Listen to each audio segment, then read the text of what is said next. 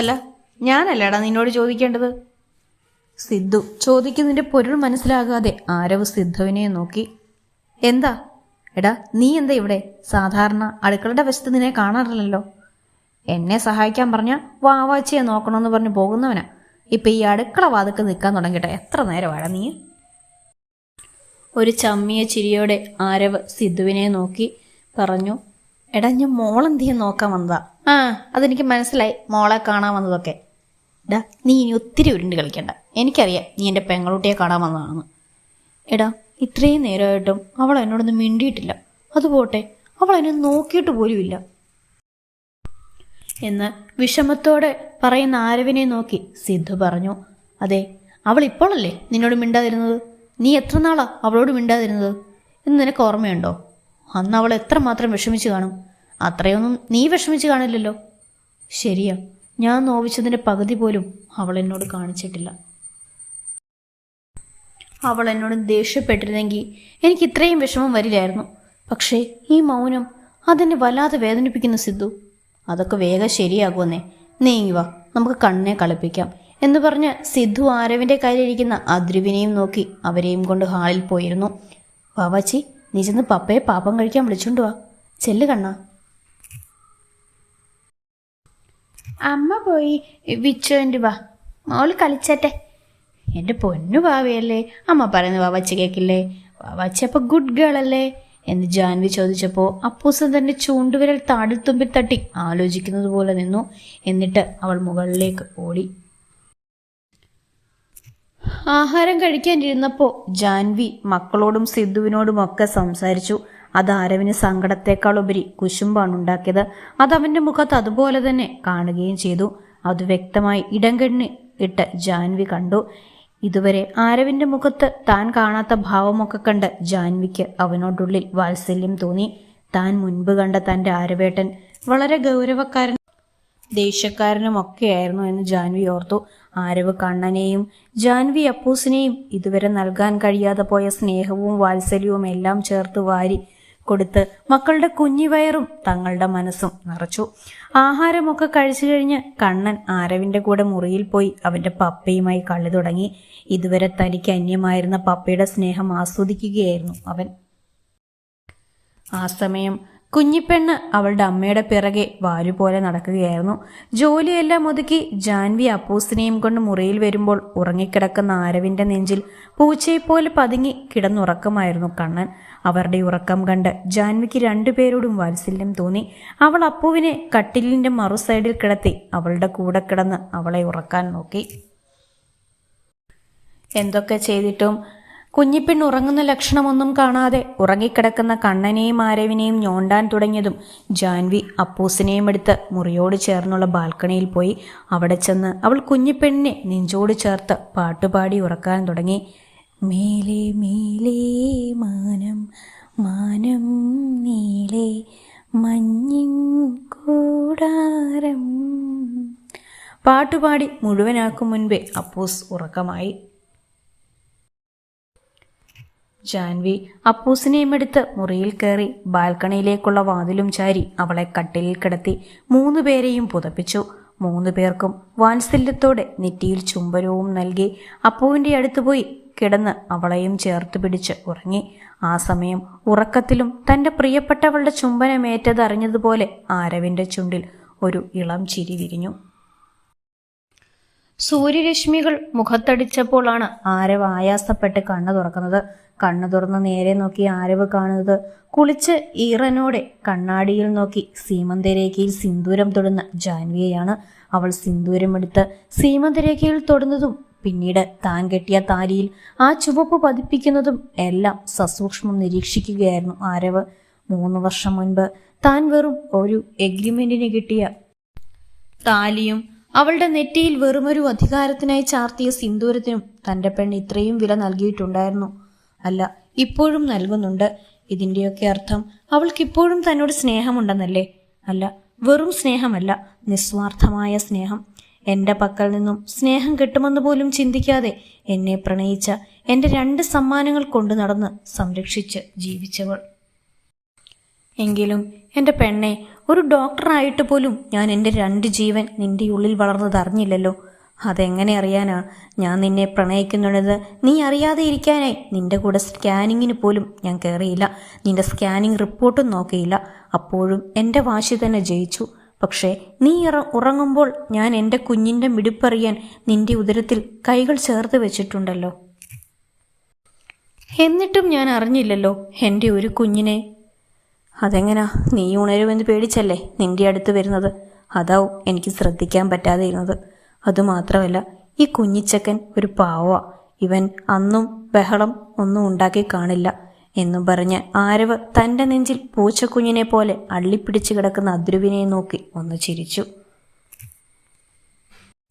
എല്ലാ ചിന്തകളും കഴിഞ്ഞ് ആരവ് നേരെ നോക്കിയതും അവിടെ ആട് കിടന്നിടത്ത് ഒരു പൂട പോലുമില്ല.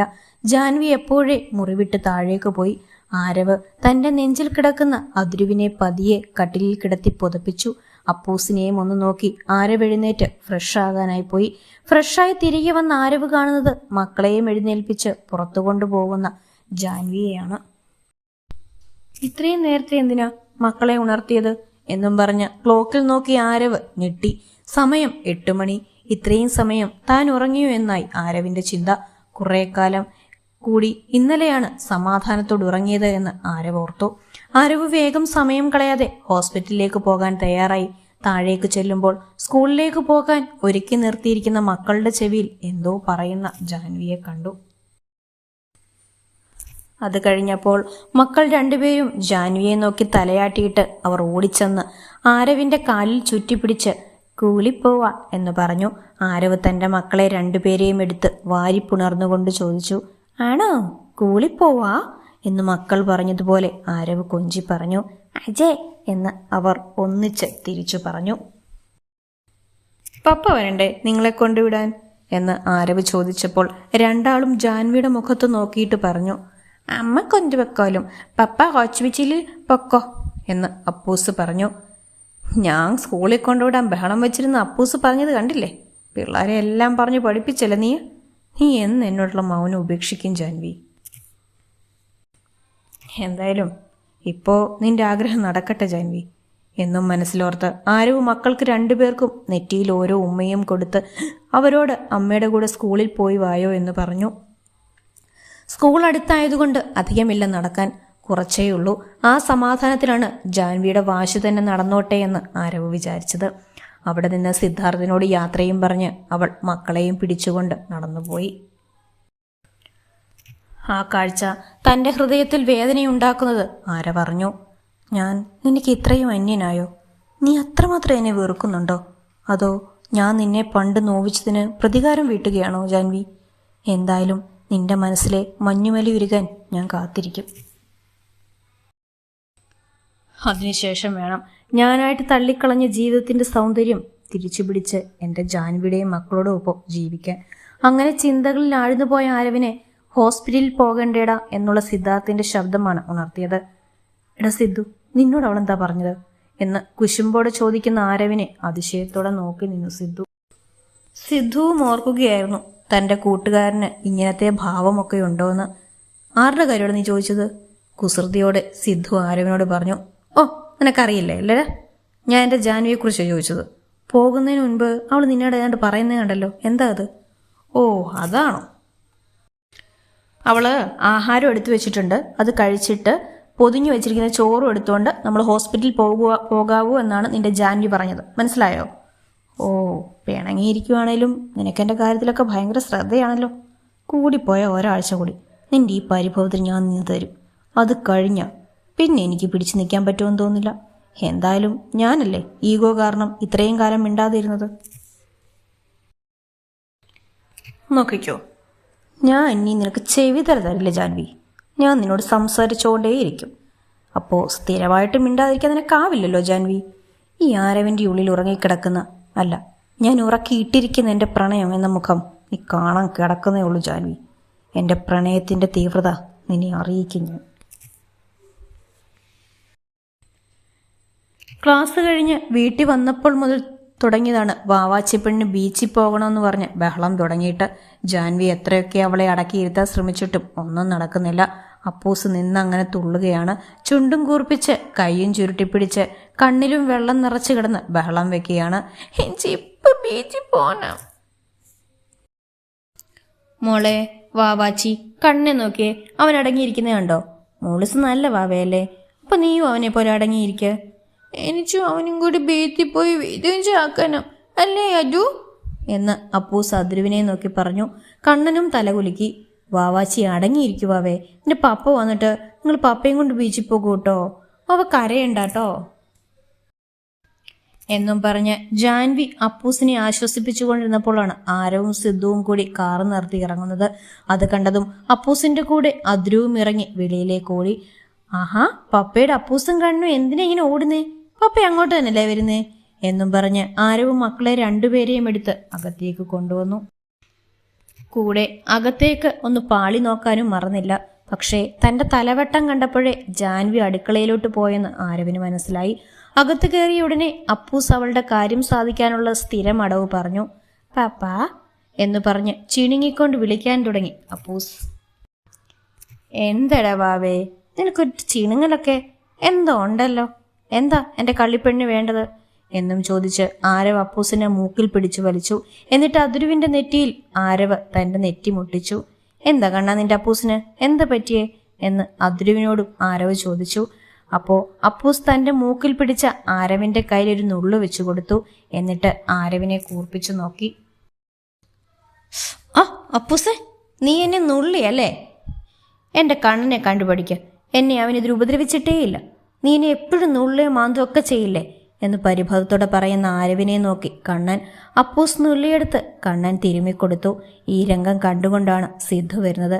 അതേ, അപ്പൂസിനെ കുറ്റം പറഞ്ഞിട്ട് കാര്യമില്ല, അവക്ക് നിന്റെ സ്വഭാവം. അത് കേട്ടതും ആരവ് ഒന്ന് ചമ്മി. പിന്നെയും അപ്പൂസ് ആരവിനെ ഞോണ്ടി വിളിക്കാൻ തോന്നി. അപ്പാപ്പ പപ്പ. ഇപ്പോ ഇത്തിരി കൂടി വാശിയോടെ അപ്പൂസ് വിളിച്ചു. എന്തടാ വാവച്ചി, നീ പറ, പപ്പ കേക്കുവല്ലേ? ആരവ് അവളോട് അരുമയായി ചോദിച്ചു. ബീച്ചിൽ പോണം. ആരവ് എന്തെങ്കിലും പറയുന്നതിന് മുൻപേ അപ്പൂസ് ബഹളം തുടങ്ങി. ആ വാവാച്ചി, ഞാൻ നിന്നെ കൊണ്ടുപോകാം, നീ ബഹളം ഉണ്ടാക്കാതെ വാവേ. ആരവിന്റെ വാക്കുകൾ കേട്ടപ്പോൾ കുഞ്ഞിപ്പെണ്ണ് നടങ്ങി. പപ്പയും മക്കളും കൂടിയുള്ള വർത്തമാനമൊക്കെ അടുക്കളയിൽ നിന്ന് ജാൻവി കാണുന്നുണ്ടായിരുന്നു.